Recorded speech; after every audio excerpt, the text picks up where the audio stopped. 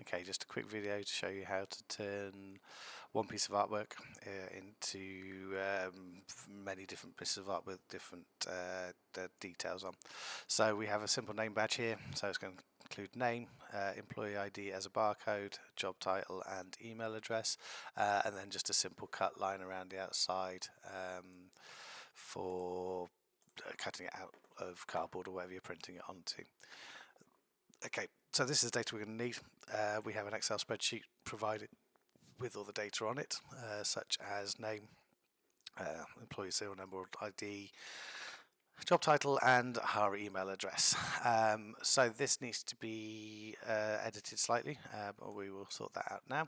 So I'm going to go to this other document we have open. So the important thing is it doesn't really matter about the font as long as the font does include dollar symbols. So as you can see, we have a barcode font here,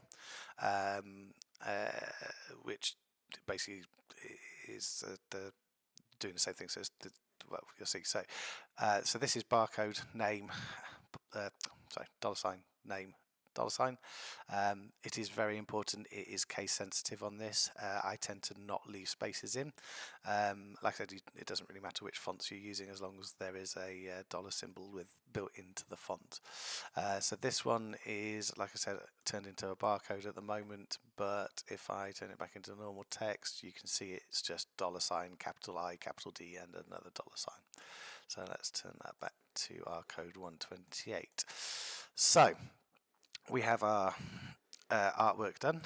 It could be a lot more complicated and fancy than this. I'm just doing this for demonstration purposes. So what we need to do is make these columns line up with these variable entities.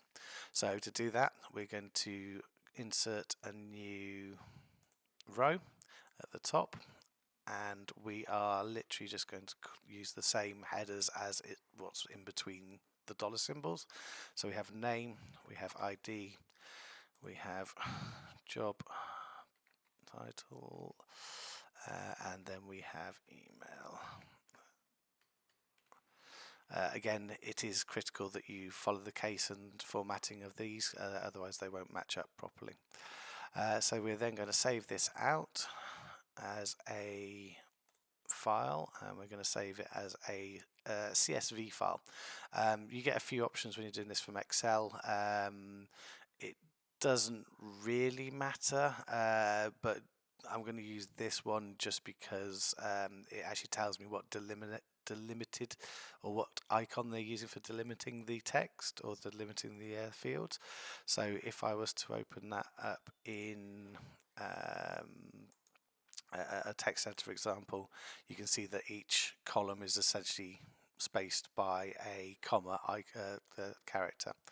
So we're going to open that up into Print Factory.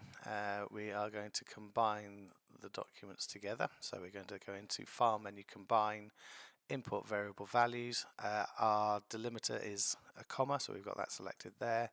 We're going to go and choose the file, and when we hit OK, you can see that this has now changed, has the correct information, even to checking the barcode.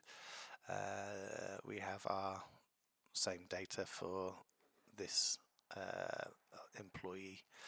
And then if you look now, we have 8 pages on this document. So if I scroll through, you can see that all the data's come across, and you can see the barcode changing for each of the pages. At which point we can just submit this down to our printer and cutter and let it run.